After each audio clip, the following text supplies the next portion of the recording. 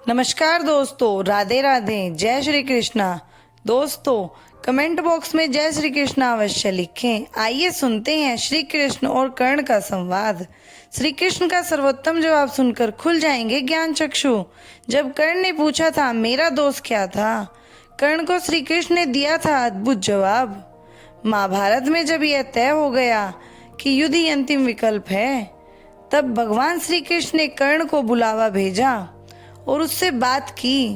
भगवान श्री कृष्ण ने कर्ण को इस बातचीत की शुरुआत में ही पहली बार बताया था कि वह कुंती पुत्र है और पांडवों का बड़ा भाई है, इसलिए आज से उसे दुर्योधन का साथ छोड़कर पांडवों के साथ युद्ध करना चाहिए। लेकिन इन सारी बातों को सुनने के बाद भी सर्वप्रथम कर्ण ने दुर्योधन का साथ देने की ही बात की और साथ ही भगवान के समक्ष कई सवाल किए और सभी सवालों के पीछे एक ही सवाल था कि उसका दोष क्या था। कर्ण बोलता है, जन्म होते ही मेरी माँ ने मुझे त्याग दिया, क्या अवैध संतान होना मेरा दोष था? द्रोणाचार्य ने मुझे युद्ध सिखाने से मना कर दिया क्योंकि मैं क्षत्रिय पुत्र नहीं था, क्या ये मेरा दोष था? परशुराम जी ने मुझे युद्ध से जुड़ी सारी की कलाएं और ज्ञान से परिचित तो कराया, लेकिन श्राप दे दिया कि जिस वक्त मुझे इस विद्या की जरूरत होगी तब मैं उसे विद्या को भूल जाऊंगा, क्या ये मेरा दोष था? जवाब में कृष्ण कहते हैं, कर्ण, मेरा जन्म मेरे ही मामा के कारागार में हुआ था। जन्म से पहले ही मृत्यु मेरी प्रतीक्षा में घात लगाई थी। जिस रात मेरा जन्म हुआ था उसी रात को मुझे मेरे माता पिता से दूर कर दिया गया था। कर्ण, तुम्हारा बचपन खड़ग, रथ, घोड़े, मनुष्य और बाण की ध्वनि सुनते हुए बीता, लेकिन मुझे गौशाला, गोबर, ग्वालों के बीच जीना पड़ा और कई प्राणाघातक हमले झेलने पड़े।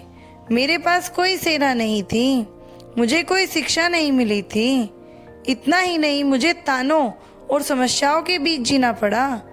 कर्ण, जब तुम्हारे गुरु तुम्हारे शौर्य और शक्ति पर गर्व कर रहे थे तब उस उम्र तक मुझे शिक्षा तक नहीं मिली थी। 16 साल का होने पर मुझे ऋषि सांदीपन के गुरुकुल पहुंचाया गया था। कर्ण, तुमने अपनी पसंद की कन्या से विवाह किया था और मुझे जिस कन्या से प्रेम था वह नहीं मिली और मुझे उनसे विवाह करना पड़ा जिनकी चाहत में था, अथवा जिन कन्याओं को मैंने असुरों से बचाया था। मेरे पूरे समाज को यमुना के किनारे से जरासंध के भय से हटना पड़ा और दूर समुद्र के किनारे बसना पड़ा। रण से पलायन के कारण मुझे भीरू तक कहा गया। यदि दुर्योधन युद्ध जीतता है तो तुम्हें बहुत श्रेय मिलेगा, लेकिन सोचो, धर्मराज अगर जीतता है तो मुझे क्या मिलेगा? मुझे केवल युद्ध और युद्ध से पैदा हुई समस्याओं के लिए दोषी ठहराया जाएगा। एक बात का स्मरण रहे कर्ण, हर किसी को जिंदगी चुनौतियां देती है, जिंदगी किसी के भी साथ न्याय नहीं करती है। दुर्योधन ने अन्याय का सामना किया है तो युधिष्ठिर ने भी अन्याय भुगता है, लेकिन सत्य धर्म क्या है यह तुम जानते हो। कर्ण, भले ही आपको जीवन में वह सब कुछ न मिला जिसके आप हकदार हो या आपने अत्यंत अपमान की जिंदगी जी हो, लेकिन आपको इस बात की छूट नहीं कि इन सब चीजों के न मिलने से आप अधर्म की राह पर चल पड़े। मैं तो इस बात का है कि आप उस समय उस संकट का सामना कैसे करते हैं।